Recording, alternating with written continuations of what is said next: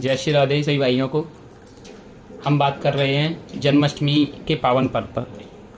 जन्माष्टमी का 2025 में जो त्यौहार मनाया जा रहा है उसमें कई प्रकार की भ्रांतियां हो रही हैं। कुछ लोग 15 अगस्त को मान रहे हैं और कुछ लोग 16 अगस्त को मना रहे हैं, जबकि त्यौहार जो हम मनाते हैं, भगवान का जो जन्म हुआ है अष्टमी तिथि भाद्रपद के कृष्ण पक्ष की रात्रि में हुआ है। वो अष्टमी तिथि जब जाती है और नौमी तिथि का आगमन होता है उस समय हुआ है। मगर 15 अगस्त में अगर हम देखें तो सप्तमी तिथि 11:52 तक रही है रात्रिकाल में, और रात्रिकाल 11:52 के बाद अष्टमी आई है।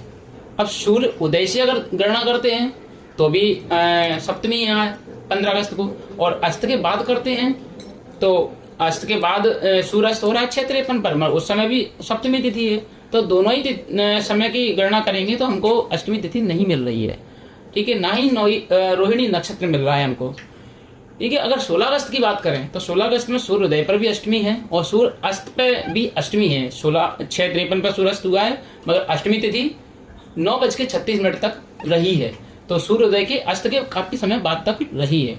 तो जब सूर्यास्त के बाद भी जो तिथि रही है रात्रि काल में उसका अंश रहा है, तिथि रही है, तो उस तिथि के अनुसार हम जो अष्टमी मनाएंगे वो 16 अगस्त को ही मनाएंगे और वही उचित रहेगा।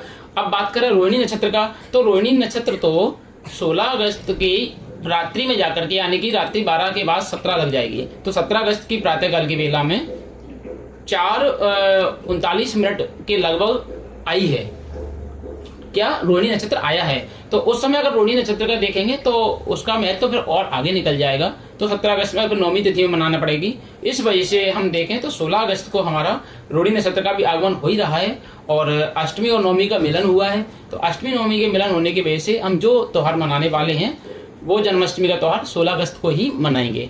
16 अगस्त को मनाना सर्वोत्तम है, शास्त्रोक्त है, और ये हमारा हिंदू सनातन धर्म का बड़ा ही हर्ष उल्लास वाला त्यौहार है। इस त्यौहार को बड़े धूमधाम से पूरे ब्रज में मनाते हैं, ब्रजवासी मनाते हैं।